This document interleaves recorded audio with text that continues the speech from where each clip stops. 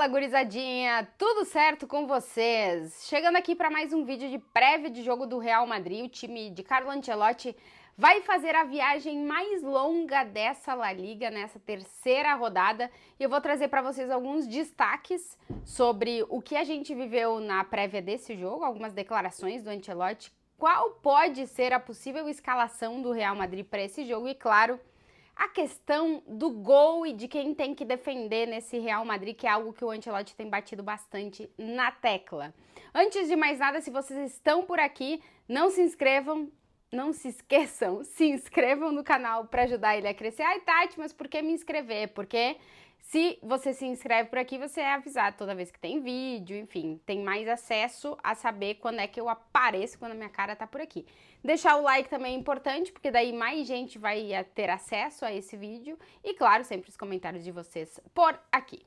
Bom, vamos lá. O Real Madrid enfrenta na terceira rodada do Campeonato Espanhol o Las Palmas. O jogo do Real Madrid é fora de casa. O time começou La Liga tropeçando fora de casa com o Mallorca, 1-1 naquele jogo. Um jogo difícil para o Real Madrid, porque o Mallorca se fechou e não deixou o Real Madrid fazer o jogo que gosta, né? Que é com espaços. Depois o Real Madrid venceu, jogando em casa na segunda rodada, venceu o Valladolid por 3-0. 3 gols no segundo tempo, jogo que também foi complicado na primeira parte para o Real Madrid. O Ancelotti tem batido muito na tecla da questão do time ainda não ter se azeitado, não tá com as dinâmicas todas no lugar e o equilíbrio ainda ser um ponto de bastante questionamento desse Real Madrid, que tem dificuldades para jogar contra times que se fecham. O Las Palmas é um time que, digamos, que é daqueles que cai e sobe nos últimos tempos, apesar de na última temporada ter jogado a primeira divisão e ter se mantido aí. Mas é um time que, jogando em casa, sempre é forte e enfrentando o Real Madrid, todos os times de meio de tabela para baixo, ou enfim, quase todos os times do Campeonato Espanhol, tirando Barça e Atlético e algum que outro que fazem mais frente ao Real Madrid, a grande maioria vai tentar não sofrer gols e, quem sabe, no contra-ataque, matar a jogada. O Las Palmas mudou de treinador. No ano passado tinha um técnico com uma visão de jogo muito mais de controle de partida. Então vamos ver como é que vai ser esse Las Palmas com o Real Madrid, eu tô curiosa. Para quem tá ligado em estatísticas e gosta de estar informado em relação para, claro, sempre palpitar quando for possível, quando vocês quiserem. O Real Madrid, na temporada passada, visitou o Las Palmas, jogando fora de casa, e venceu o jogo por 2-1. Foi um jogo que o Real Madrid venceu de virada. O Las Palmas não vence o Real Madrid jogando lá em Canárias desde 2001, ou seja, 23 anos. Mas o Las Palmas não sempre, em todos esses 23 anos, jogou na primeira divisão. Então a gente não teve, assim, muitos duelos contra o Real Madrid. Nas 4 visitas desses 23 anos, são 3 vitórias para o Real Madrid e um empate. Então, faz tempo que o Real Madrid não perde em território canário. E por isso eu dizia da viagem mais longa, porque as Ilhas Canárias são um arquipélago espanhol que está no noroeste da África, quase fronteira com o Marrocos, ali na mesma linha que o Marrocos. E para chegar lá, o Real Madrid vai ter que viajar esses quase 2.000 quilômetros entre Madrid e Las Palmas, que é a capital de Gran Canária, que é uma das ilhas desse arquipélago. Por isso que eu digo que é a viagem mais longa que o Real Madrid vai fazer no Campeonato Espanhol. Já foi para Maiorca, que é outra ilha, mas que é uma ilha que está um pouquinho mais próxima. Essa tá no continente africano, o arquipélago de Canárias está no continente africano, por isso o Real Madrid vai encarar essas quase 3 horas de voo, 2 horas e 50 mais ou menos de voo, até Gran Canária para enfrentar o Las Palmas. Um jogo que eu já trouxe aí algumas estatísticas do jogo, mas um jogo que tem, digamos que, claros protagonistas, principalmente o pessoal aqui vai estar de olho no ataque do Real Madrid. Quem vai jogar? Essa é uma pergunta que a gente tem se feito, que o Ancelotti tem tentado deixar bem claro pra gente na coletiva, mas a gente sempre ficou com aquela dúvida, né? Pra trazer pra vocês alguns detalhes de bastidores, hoje é prévia do jogo, né? A gente teve a entrevista coletiva do Ancelotti, estava marcado pra 10 da manhã o treino e depois a coletiva. A gente foi ter acesso ao treino do Real Madrid quase 1 hora depois do programado. Por quê? Porque a gente não acompanhou o início do treinamento, que é geralmente o que a gente acompanha. O que a gente vê nos 15 minutos abertos para a imprensa? A gente vê uma partezinha do aquecimento, porque quando a gente vai para fora para gravar as imagens, os jogadores já estão aquecendo, então a gente vê a parte final do aquecimento e depois o bobinho. Quando o Ancelotti apita para entregar os coletes, para começar a dinâmica com bola, a gente sai. Então a gente nunca vê a dinâmica com bola, a gente só vê uma parte final da parte física e os bobinhos. Dessa vez a gente não acompanhou isso e a gente viu a parte com bola da parte mais final do treinamento. Não entendi o motivo, mas foi uma iniciativa do Ancelotti de abrir o treino para a imprensa, os 15 minutos que a gente tem direito em prévia de jogo, não o início, mas o final do treinamento. O que deu para ver num rachão em campo reduzido, que foi o que a gente acompanhou, né?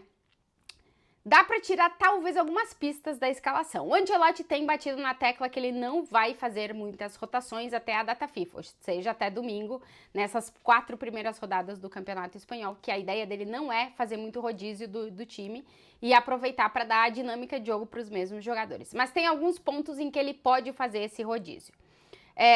O Courtois vai ser o goleiro. O Militão e o Rudiger vão ser os zagueiros, até porque o Real Madrid não tem outro zagueiro para colocar em campo. O Alaba começou a correr hoje, tá na reta final, caminhando para a reta final de recuperação da lesão no joelho. Se espera que ele esteja final de outubro, novembro, por ali é mais ou menos o que se espera. O Vallejo tá com uma sobrecarga e não tem participado dos treinamentos, está fora do jogo. E o Jacobo, o jogador do time B, é quem tem sido reserva para Rudiger e Militão, que são os titulares, que é o que o Ancelotti tem. Nas laterais, o que a gente notou nesse treinamento de rachão, que pode ser uma pista e pode não ser. Quem estava jogando do lado do Militão, que é o zagueiro pela direita, era o Lucas Vázquez. E quem estava jogando do lado do Rudiger, que é o zagueiro pela esquerda, os dois estavam em times separados, era o Fran Garcia. Então pode ser que a gente tenha rodízio de laterais.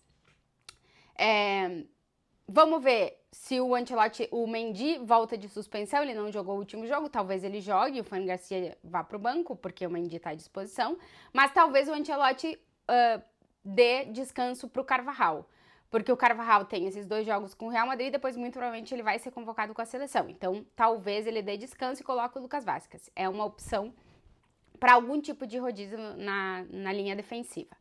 No meio de campo a gente não deve ter rodízio, inclusive o Ancelotti falou sobre o Tchouaméni e sobre o Valverde, ele disse que ele não pode pedir para o Tchouaméni ser o Kroos, assim como ele não podia pedir para o Kroos ser o Tchouaméni, que são coisas diferentes, são jogadores com características diferentes e, portanto, não podem fazer a mesma coisa, e que, na questão do Valverde, para ele, o Valverde é o herdeiro da liderança do vestiário.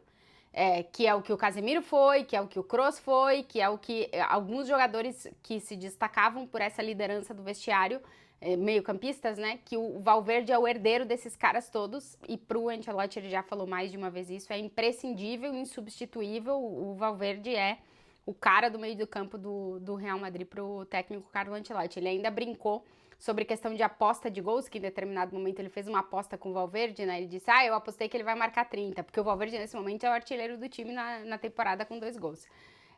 Mas ele disse, obviamente que eu tô brincando, enfim, ele vai marcar os gols dele, mas enfim, ele tem que estar preocupado com outras coisas também, porque é um cara que tem que ajudar a controlar o jogo, enfim.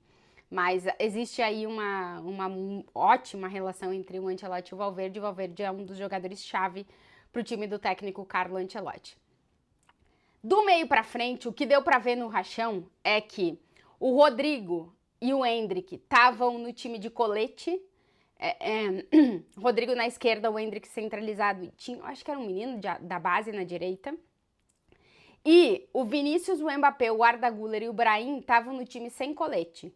O Mbappé estava centralizado, o Vini estava pela esquerda, inclusive deu para ver várias jogadas entre eles, algumas que saíram bem e outras não, como a gente viu nos últimos jogos, mas eu acho que essa conexão, que são os jogadores que têm jogado mais pela esquerda, né, a gente tem visto aí essa mudança de posição, às vezes um é o centroavante, às vezes o outro é pela esquerda, e eles têm essa conexão. Eu acho que ela realmente, como disse o Ancelotti, precisa de tempo. Vinícius e Mbappé, precisa de tempo essa conexão aí pelo lado esquerdo do campo. O Rodrigo me chamou a atenção que estava no time de colete pela esquerda, e no time sem colete pela esquerda estava o Brahim e o Arda Güler trocando bastante de posição, que foi o que a gente viu no jogo no Bernabéu. Rodrigo e Arda Güler trocavam de posição pela direita e Vinícius e Mbappé trocavam de posição pela esquerda.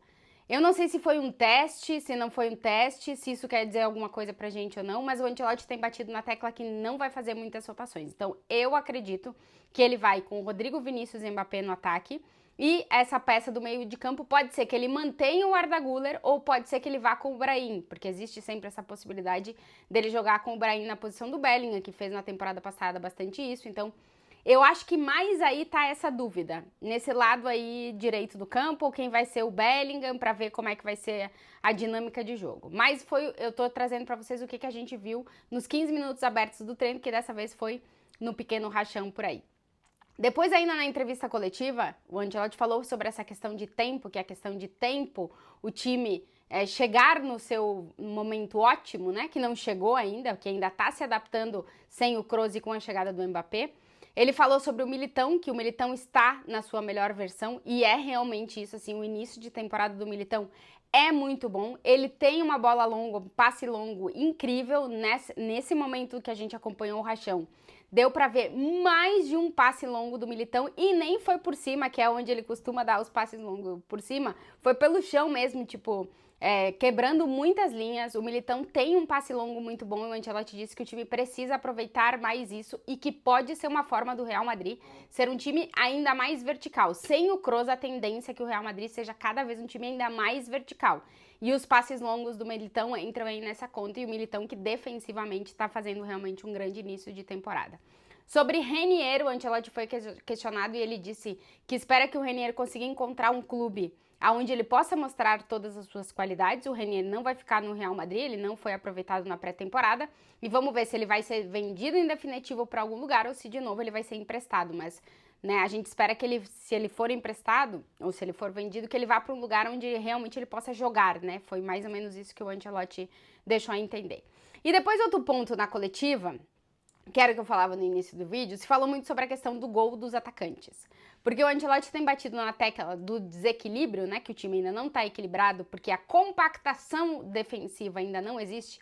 E aí ele nem foi na conta da individualidade, e sim na conta dos sistemas ofensivo e defensivo. Ele disse que tanto a linha ofensiva como a linha defensiva, elas precisam estar atentas na compactação, porque se todo time ataca, todo mundo tem que atacar, as linhas de pressão têm que subir e os zagueiros também têm que subir, e se todo time defende, os zagueiros têm que descer e os atacantes têm que descer também. Então ele tem batido na tecla da compactação defensiva, que para ele o Real Madrid ainda não encontrou, e é algo que o time precisa se coordenar para ter durante essa temporada, a compactação defensiva, mas ele não quis colocar nem na conta dos defensores, nem dos atacantes. Sobre ataque, se questionou bastante em relação a gol de Mbappé. Por quê? Porque se espera que o Mbappé possa entregar a média de gols que ele tinha no PSG ou até um pouco mais dentro do Real Madrid, né? 36 gols por temporada em clube, se espera que ele possa entregar isso. O ponto é que o Mbappé estreia na Supercopa com gol e no Campeonato Espanhol, 2 rodadas, a gente ainda não teve gol do Mbappé. O Ancelotti falou, pô, o Mbappé marcou gol dia 14 de agosto, é dia 28 de agosto e vocês já acham que é muito tempo sem gol, são 2 semanas. E realmente é muito tempo sem gol pro Mbappé, mais ou menos, porque nessa temporada, nesse ano de 2024, vamos pegar o recorte do ano, eu fui dar uma olhada nos jogos do Mbappé, assim, todos os jogos que ele fez durante o ano, e ele ficou em 3 momentos, só 3, o máximo que o Mbappé ficou em 2024 foram 3 jogos consecutivos sem balançar as redes. E agora ele tá a 2, né, no Real Madrid, porque ele fez gol na Supercopa e não fez nas 2 primeiras rodadas do Campeonato Espanhol. Então o Ancelotti falou, eu não tô preocupado e o Mbappé também não tá, porque ele não vê que a gente esteja preocupado com essa questão de ele não ter marcado gols, assim como o Vini, que também ainda não marcou, deu assistência, mas ainda não marcou, também nós não estamos preocupados, ele não está preocupado. Então o Ancelotti tirando toda essa pressão aí que tem pro ataque do Real Madrid marcar gols. É verdade que o ataque do Real Madrid tem marcado gols, o Real Madrid tem marcado gols, mas não os atacantes, né? Porque, ou pelo menos não os jogadores titulares do trio ofensivo do Real Madrid, o Rodrigo tem um gol e o Mbappé e o Vini ainda não tem gol nessa temporada. Então, é óbvio que se espera que os 3 absorvam a maior quantidade de gols, mas o Ancelotti falou, nós temos recursos suficientes para assumir um momento em que os nossos atacantes não estão marcando gols, outros jogadores do time estão marcando gols, ponto. Ele não quis entrar e nem começar uma crise aí por causa disso. Em relação a jogadores do Real Madrid que começaram sua trajetória do Real Madrid sem marcar gols em La Liga, eu fui buscar um pouquinho dos maiores artilheiros e tal, aquela história toda de marcar no Bernabéu e tal. A galera costuma marcar logo ou no primeiro ou no segundo jogo, que aí é ou fora de casa ou em casa. Tem um caso de um jogador que só marcou na quarta rodada do campeonato, desses maiores artilheiros, tá, gente? Marcou na quarta rodada do campeonato, que foi o Benzema. Porque o Benzema marca muitos gols no Real Madrid quando o Cristiano Ronaldo sai do time lá em 2018. Mas antes, ele até durante muito tempo foi muito criticado por não ter o gol constante, assim, né? Mas sempre foi um cara que jogou muito pro time, tinha aquela questão dele dizer que ele era um atacante, um centroavante diferente e tal, que quem entendia de futebol entendia o Benzema. Aí depois o Cristiano sai e ele assume a responsabilidade dos gols. Mas o Benzema demorou 4 rodadas do Campeonato Espanhol para marcar o primeiro gol dele. Então, em teoria, o Mbappé tá na conta ainda que o Benzema, que é o segundo maior artilheiro histórico do Real Madrid, demorou 4 rodadas, o Mbappé 2 e ainda não marcou o gol dele. Veremos se vai chegar nesse jogo contra o Las Palmas na quinta-feira. Como eu disse, a viagem mais longa para o Real Madrid em La Liga, tem que visitar as Ilhas Canárias, o arquipélago de Canárias, que pertence à Espanha, mas que está em continente africano. Se vocês estão por aqui e ainda não estão inscritos no canal, se inscrevam para ajudar o canal a crescer, deixa o like, os comentários por aqui e eu volto, claro, no pós-jogo. E nessa quinta-feira tem sorteio da Champions, hein? Atenção que vamos saber quem serão os adversários de Real Madrid, dos clubes espanhóis, enfim. Vai ter jogo bom, vai ter jogo grande, claro. Vou trazer também vídeo aqui, análise de sorteio da Champions. Beijo pra vocês.